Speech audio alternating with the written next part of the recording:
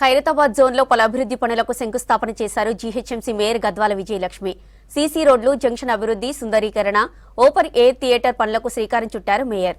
Banjara Hills road number 10లో 2,88,00,000 వ్యయంతో చేపట్టే 2 CC రోడ్ల పనులకు శంకుస్థాపన చేశారు. జీవీకే మాల్ దగ్గర సుందరీకరణ పనులను ప్రారంభించారు.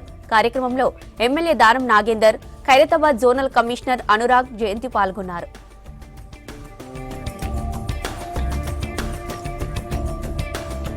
వెంకటేశ్వర కాలనీ డివిజన్ లో 4 కోట్ల రూపాయలతో అభివృద్ధి కార్యక్రమాలకు శ్రీకారం చుట్టడం జరిగింది.